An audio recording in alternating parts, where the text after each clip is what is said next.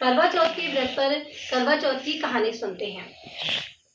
प्राचीन काल में करवा नाम की स्त्री महान प्रतिव्रता थी, जो अपने पति के साथ नदी के किनारे एक गांव में रहती थी। एक दिन उसका पति नदी में स्नान करने गया। देव योग से स्नान करते समय वहां मगर ने उसका पैर पकड़ लिया और वह करवा करवा करके अपनी पत्नी को चिल्ला चिल्ला कर पुकारने लगा। अपनी पति की आवाज सुनकर उसकी पतिव्रता पत्नी भरवा भागी चली आई। उस पतिव्रता के आते ही मगर को सूत के धागे से बांध दिया।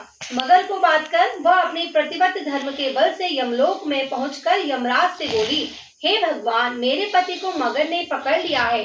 इस अपराध में आप अपने बल से मगर को नर्क में डाल दो। करवा की आवाज सुनकर यम बोले कि अभी मगर की आयु शेष है, अतः मैं अभी उसको नहीं मार सकता। यमराज की आवाज सुनकर करवा बोली, हे, यदि आप ऐसा नहीं करोगे तो मैं आपको श्राप देकर नष्ट कर दूंगी। करवा की आवाज सुनकर यमराज भयभीत हो गए।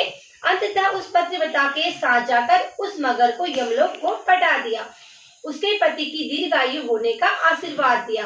उसी दिन से ये करवा चौथ मनाई जाती है और व्रत रखा जाता है। हे करवा माता, जैसे आपने अपने पति की रक्षा की, ऐसे ही आप सभी के पतियों की रक्षा करना।